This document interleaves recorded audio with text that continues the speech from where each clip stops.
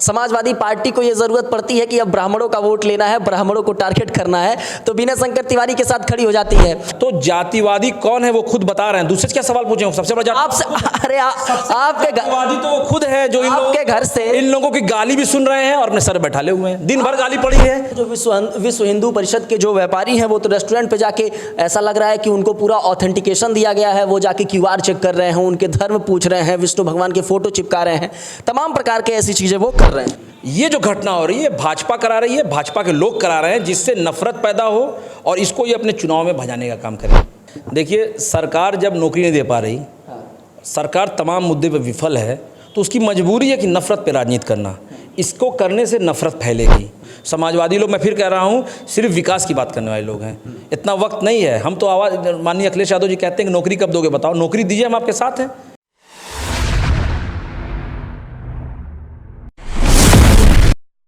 दोस्तों, सावन का महीना आता है तो ये हिंदुओं के लिए बड़ा पावन महीना कहा जाता है, लेकिन राजनीति की गर्माहट इस महीने में शुरू हो जाती है। कांवड़ यात्रा 9 तारीख से शुरू होने वाली है और 11 और 12 तारीख से फिर सावन मास शुरू हो जाएगा। लेकिन इसके पहले अब सियासत ने एक बार फिर से अपने पैर पसारने शुरू कर दिए हैं। सियासत इस बात की कि कांवड़ यात्रा मार्ग पे जितनी भी दुकानें हैं उनको अपने पहचान पत्र उजागर करने होंगे। मांस मदिरा का बिक्री उन कांवड़ यात्रा मार्गों पर नहीं होने चाहिए और ऐसे तमाम प्रकार के आदेश सरकार की ओर से जारी किए गए थे। पिछले बार भी जारी किए गए थे, पिछली बार काफी सुर्खियां बटोरा था और इस बार भी अब इस बात पे चर्चा शुरू हो गई है कि विश्व हिंदू परिषद के कुछ पदाधिकारी रेस्टोरेंट, ठेलों और दुकानों पर जाकर उनके क्यूआर कोड स्कैन कर रहे हैं और ये जानने की कोशिश कर रहे हैं कि उनका असली नाम क्या है, धर्म क्या है और तमाम प्रकार के चीजें जो है वो कर रहे हैं। इसके साथ ही वो विष्णु भगवान की फोटो भी उनके दुकान के सामने लगा रहे हैं। इस सारे मुद्दों पर बातचीत करने के लिए हमारे साथ समाजवादी पार्टी के गोरखपुर से एक अच्छे और वरिष्ठ नेता मोहम्मद आजम हमारे साथ मौजूद हैं। पूर्व जिला अध्यक्ष रह चुके हैं यूथ ब्रिगेड के। तमाम विषयों पर इनसे बातचीत करेंगे और इस खास विषय पर जिसको लेकर इस समय सियासत गरमाई हुई है। जब भी सावन का महीना आता है, कांवड़ यात्रा की जिक्र होती है, कांवड़ यात्रा का बात होता है, तो उसके बाद शुरू हो जाती है राजनीति उस बात की कि एक वर्ग कहता है कि खुले में मांस बिक्री पे रोक लगनी चाहिए, दूसरा वर्ग ये कहता है कि क्यों रोक लगनी चाहिए भाई, हमको अगर खाना हो सकता। तमाम जो हिंदू हैं वो सावन में जो है मांस और तमाम चीज़ें खाते हैं। सबसे पहले तो मैं बेधड़क खबर के माध्यम से सारे आपके व्यूवर्स को पवित्र सावन महीने की शुभकामनाएं देता हूं और मेरी प्रार्थना है कि ऊपर वाला सबकी की मनोकामनाएं पूरी करे और भाजपा के नेताओं को सद्बुद्धि दे।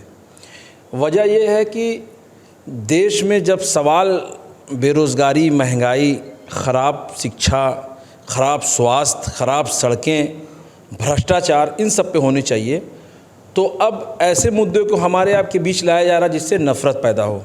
कांवड़ यात्रा की जहाँ तक बात है, हम लोग बचपन से देखते आए हैं और हम समाजवादी लोगों ने स्टॉल लगाया है, पानी पिलाया है, मीठा खिलाया है और उनका स्वागत किया है कांवड़ यात्रियों का, क्योंकि ये नेक काम है और धर्म का काम है।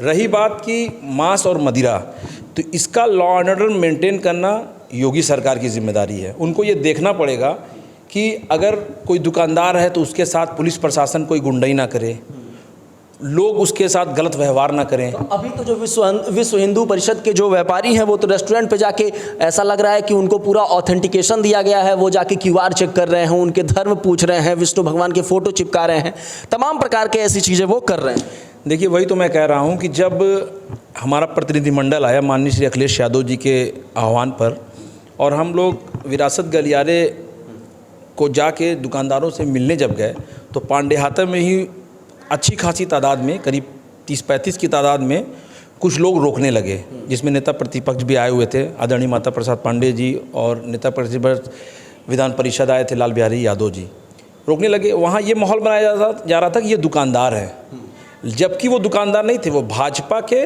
नेता थे, भाजपा के पदाधिकारी थे। ठीक है, तो एक माहौल बनाया गया कि वो दुकानदार हैं, जबकि वो भाजपा के नेता थे। और जब हम आगे बढ़े तो वहाँ दुकानदारों ने अपनी आपबीती सुनाई, एप्लीकेशन दिया, रजिस्ट्री पेपर दिया, रोया गाया, तमाम ऐसी घटनाएं, तमाम फुटेज हैं। तो मैं इस बात को इसी से जोड़ता हूँ कि जो इस तरह की घटना कर रहे हैं वो भाजपा के लोग हैं, जनता नहीं है। कांवड़ यात्रा के दौरान जाने वाले श्रद्धालु नहीं हैं, उनको नहीं समझ चीज़ से दिक्कत है, वो अपना जल चढ़ाने जा रहे हैं, वो अपना प्रसाद लेके जा रहे हैं।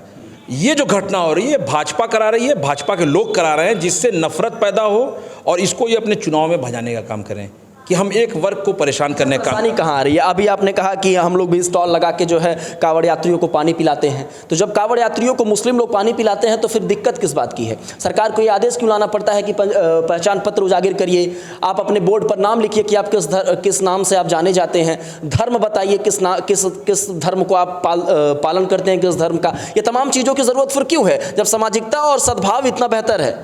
देखिए, सरकार जब नौकरी नहीं दे पा रही, सरकार तमाम मुद्दे पर विफल है, तो उसकी मजबूरी है कि नफ़रत पे राजनीति करना।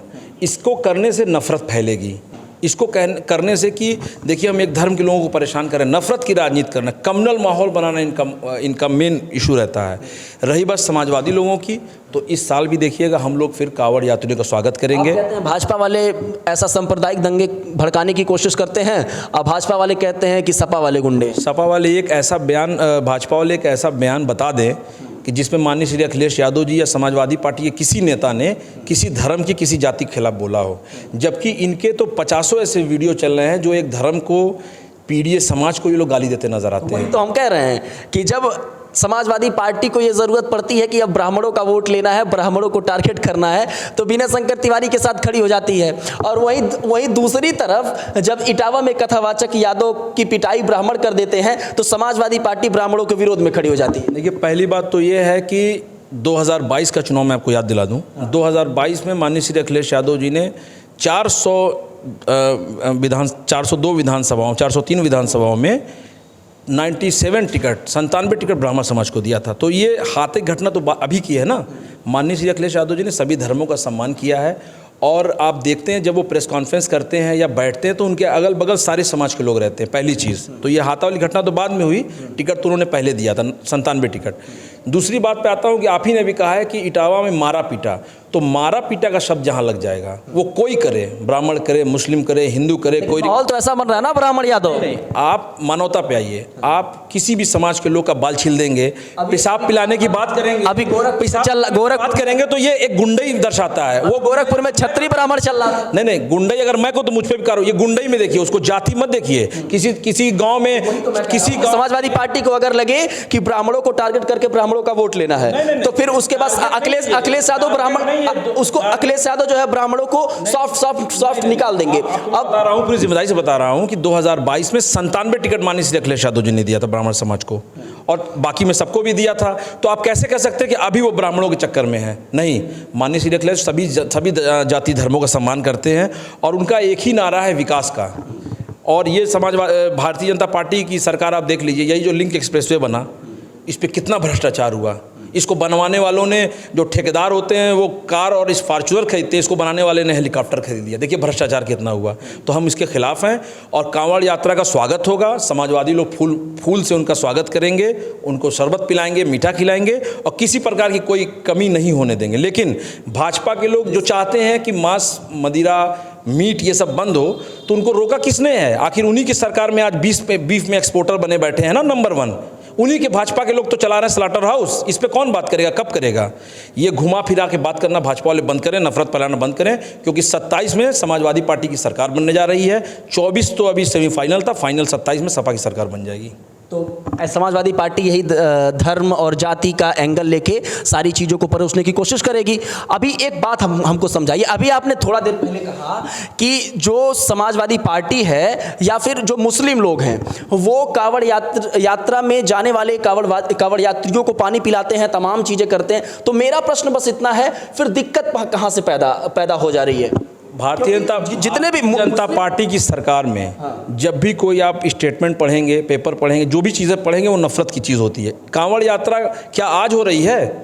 कांवड़ यात्रा तो सैकड़ों साल से चली आ रही है, और कभी ऐसा कोई आदेश नहीं आया, कभी कोई दंगा फसाद नहीं हुआ।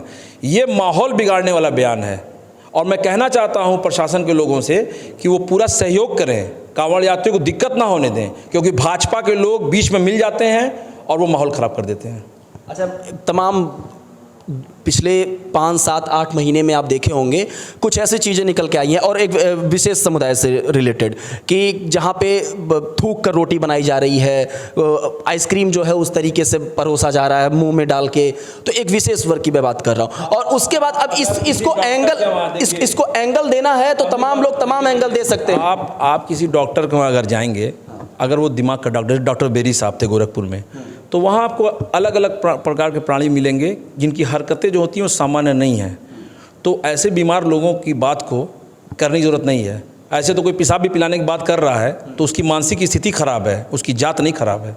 इसको जात से धर्म से जोड़ना भाजपा की चाल है कि बदनाम करे किसी चीज़ को। समाजवादी लोग, मैं फिर कह रहा हूँ, सिर्फ विकास की बात करने वाले लोग हैं। इतना वक्त नहीं है। हम तो आवाज़, माननीय अखिलेश यादव जी कहते हैं कि नौकरी कब दोगे, बताओ, नौकरी दीजिए, हम आपके साथ हैं। आज देश में जब विपत्ति जब आती है, पूरा विपक्ष साथ खड़ा रहता है। प्रधानमंत्री जी ने फिर यू टर्न ले लिया। तो ये लोग कमज़ोर लोग हैं। इन लोगों की बस नफ़रत की राजनीति है। जिस दिन नफ़रत की राजनीति ये लोग नहीं करेंगे, इन लोगों की दुकान चलना बंद हो जाएगी। और 27 में पीडीए ही आशीर्वाद देगा। माननीय अखिलेश यादव जी सभी जाति धर्मों के नेता हैं। और 24 में सबसे बड़ी पार्टी उत्तर प्रदेश आप में। नौकरी देने की बात करते हैं, फिर बात आ जाती है, एक रिपोर्ट मैं देख रहा था और उस रिपोर्ट का जिक्र जो है खुद योगी आदित्यनाथ ने कहा कि आज़ादी के बाद से 2017 से पहले तक उत्तर प्रदेश में सिर्फ 10,000 महिलाओं का या फिर लड़कियों का यूपी पुलिस में सिलेक्शन हुआ था। और उसके बाद अभी 17 के बाद जो हालात हैं वो यूपी पुलिस में आप देख लीजिए कितनी बेहतरीन भर्तियां निकल कर सामने आई। ऐतिहासिक भर्ती 62,000 की आई। योगी जी ये भी तो बताएं कि कितना पेपर आउट हुआ। योगी जी ये भी बताएं कितने प्रतियोगी ने आत्महत्या कर ली, कितने व्यापारियों ने आत्महत्या कर ली। अब जब रोजगार की बात करते हैं तो फिर कंपैरिजन में आप पीछे छूट जाते हैं। नहीं, रोज़गार की हम स्टैंडर्ड की बात करते हैं। पकौड़ी बेचने वाले तो मोदी जी अपने उसमें ले लेते हैं कि ये भी मैंने रोज़गार दिया।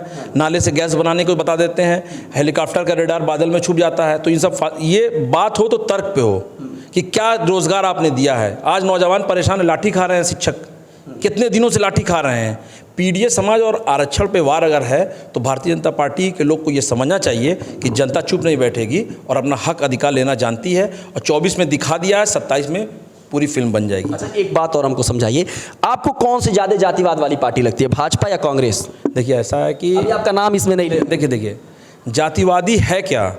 जातिवादी कुछ नहीं है। अगर किसी के साथ जुल्म होता है, वो किसी समाज का हो, आप उसके साथ खड़े हो जाएंगे तो दूसरे जाति के लोग कहेंगे आप उसके साथ खड़े हो गए। ये भारतीय जनता पार्टी के लोग धर्म में नफरत पैदा करते हैं, जबकि वो भूल जाते हैं कि हिंदू और मुसलमान सभी ने लड़ा तो आज़ादी मिली थी। अच्छा, एक बात बताइए, एक पार्टी अब आम आदमी पार्टी है, केजरीवाल जी की, हार गए दिल्ली का चुनाव इस बार। आपने कभी सुना कि केजरीवाल ने यादव किया, दलित किया या कुछ और किया? उनके ऊपर तमाम प्रकार के आरोप लगे, उन्होंने भ्रष्टाचार के आरोप झेले, तमाम प्रकार, अब सत्ता से बाहर हैं। लेकिन उन्होंने केवल और केवल जब भी सत्ता में आए तो केवल और केवल विकास के मुद्दों पे आए।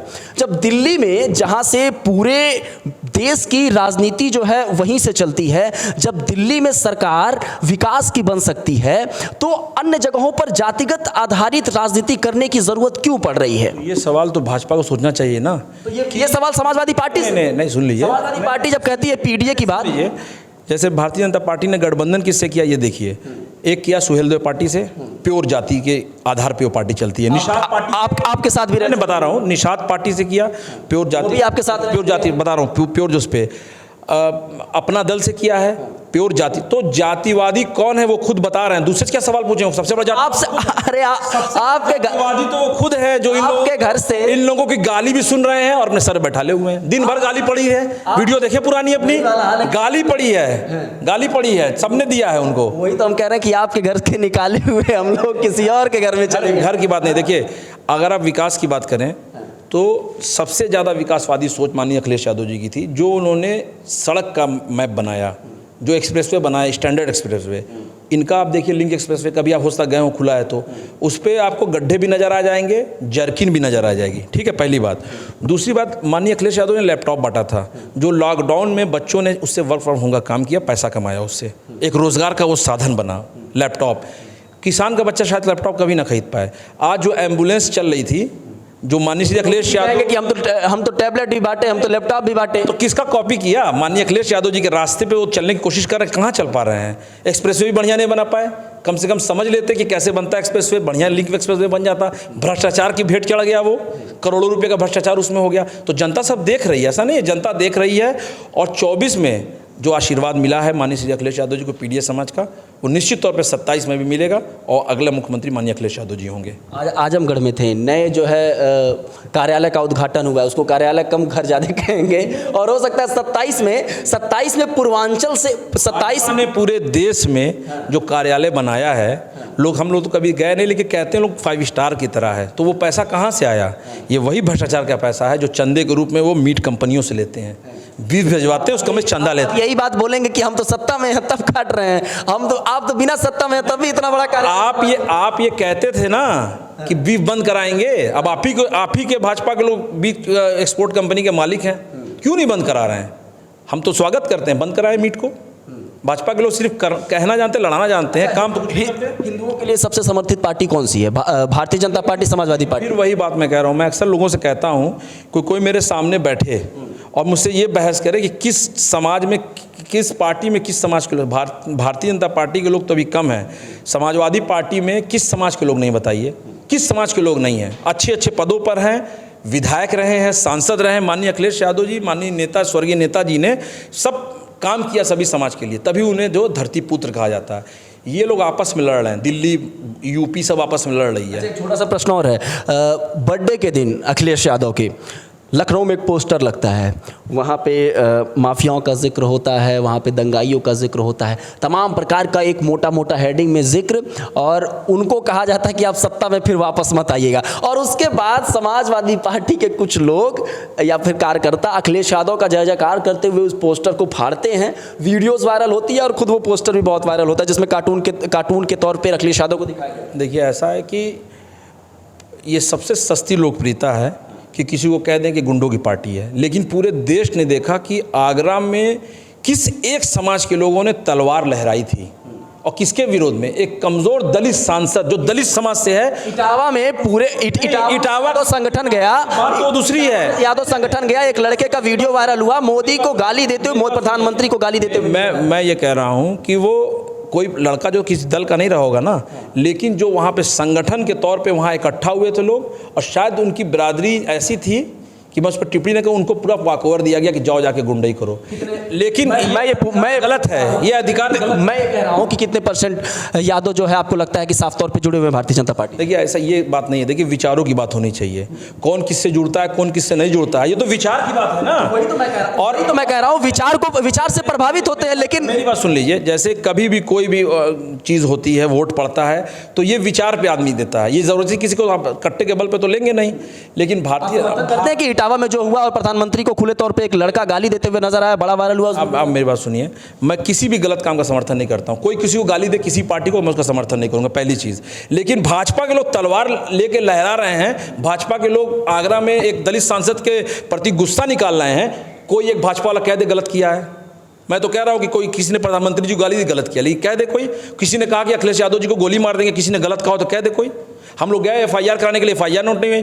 क्यों नहीं नोट हुई? क्योंकि मुख्यमंत्री जी सबको बचा रहे हैं, उनका संरक्षण है, सब भाजपा के लोग हैं। और ये जो बात शुरू हुई थी कांवड़ यात्रा से, जो जाके दुकान पे गुंडई कर रहा है वो कोई कांवड़ यात्री नहीं हो सकता, वो भाजपा के गुंडे हैं।